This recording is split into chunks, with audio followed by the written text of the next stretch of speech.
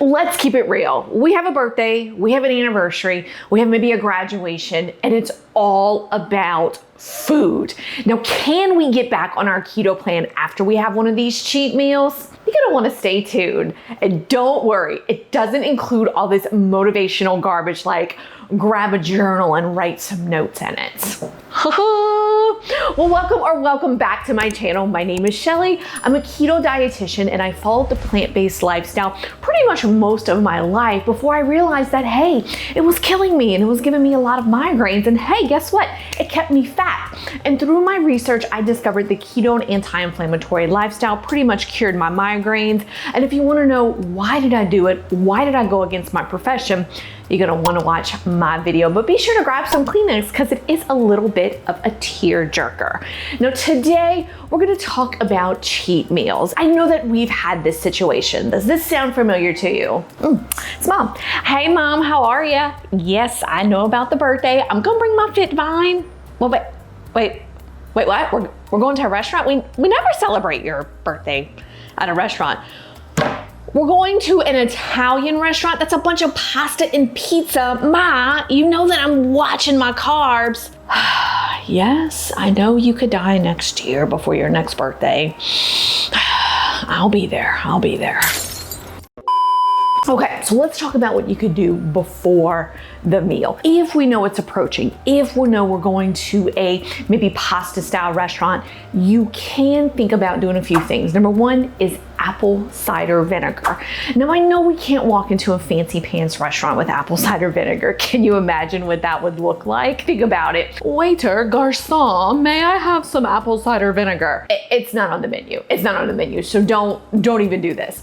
I would tell you this really works maybe at a home celebration. So if you're going to somebody's house, having a girls' night in, and what you can do is you can bring the apple cider vinegar with you. Now, most dietitians hate apple cider vinegar. Just search dietitian and apple cider vinegar and they're gonna be like, But there is a new and promising study from Diabetes Care with apple cider vinegar taken before meals, especially high carb meals, that has been shown to significantly reduce blood sugar levels after eating.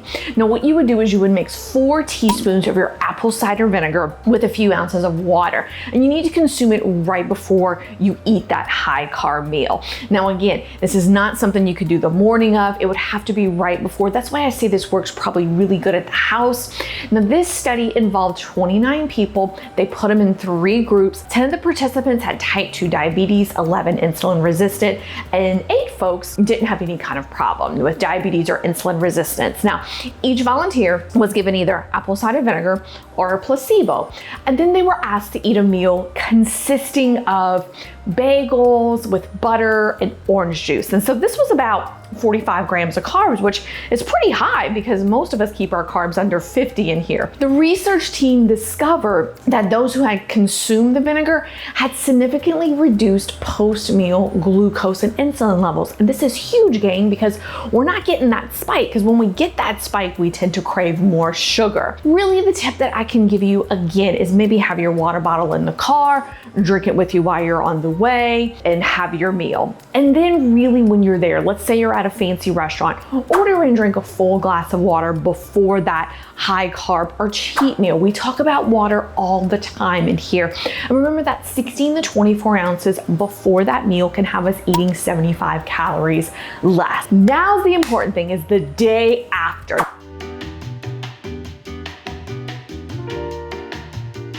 We're usually bloated, we're feeling really funky, we're oh, I'm bloated. Oh, give me my leggings.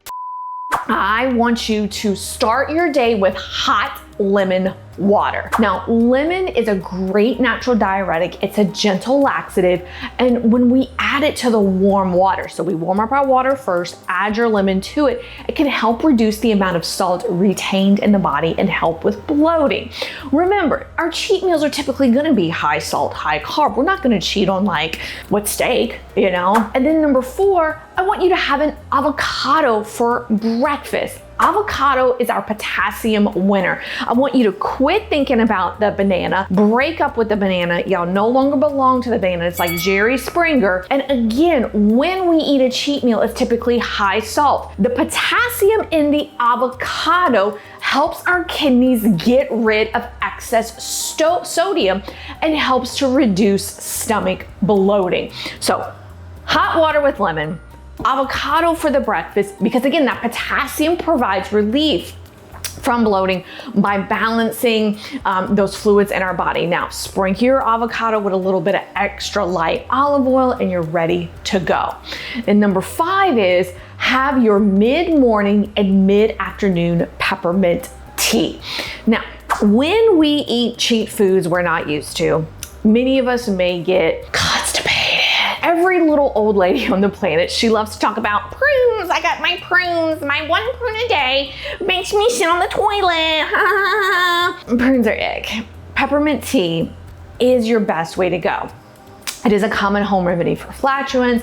It can help relieve pain and discomfort, and it smells really good too. So yay. Now number 6 is raw celery for lunch. Now I want you to be careful about this because many of our vegetables, especially raw, can cause us to bloat. And this is why I always kind of encourage folks not to bring a vegetable tray to a holiday meal, because some of those raw vegetables can make us gassy. But with lunchtime usually our vegetable is raw because of time purposes. Look at the celery. That is going to be your winner because the green crunchy stalk is used as a digestive aid. It helps to regulate bowel movements and it controls intestinal gas because of the chemicals in it that are known to decrease fluid retention. I said chemicals, I meant ingredients. Woo-oo. And this helps us poop. Number 7, what I want you to do is have cooked asparagus for supper. What I love about asparagus, it's easy to cook. I did a great video in the air fryer. The amino acid in the asparagus is another known diuretic that helps with water retention. If you don't have an air fryer, remember you can bake these in the oven for about 15 to 18 minutes at 400. It also contains inulin. It's a type of a prebiotic fiber. Studies show that inulin can help support gut health, increase regularity, which can help prevent bloating and constipation, because when we eat a cheat meal, we are not eating healthy food. We are eating garbage, so we probably are gonna be full of poop and full of gas, and nobody wants to be our friend. And just a friendly reminder, if you do watch that air fryer asparagus recipe, it's one of my first ones. Super embarrassing. Go have a laugh on my expense. Number 8 is you keep your same amount of protein at your meals, your 3 to 4 ounces. There's no need for us to go and eat 12 ounces of a meat. Our nice proteins are going to keep us full. It's going to help restabilize out our blood sugar levels. I do encourage you to keep the ingredients very simple.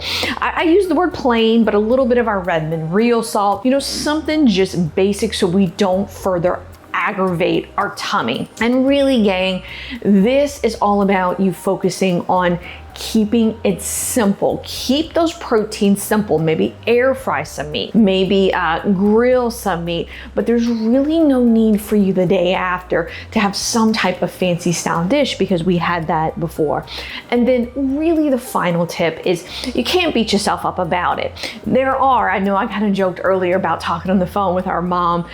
There are celebrations that we do want to participate in. We are at a point in our lives, I always tell folks, well, we don't want to hurt feelings. And it doesn't mean I want you to go and down some M&Ms at a kid's birthday party. Give yourself a little bit of permission here and there to enjoy a celebration. And then the other thing I tell folks is be honest with yourself. Know that, hey, I did this. I'm okay. I'm going to move on. What tip did you hear that you're going to start to follow after you have a cheat meal?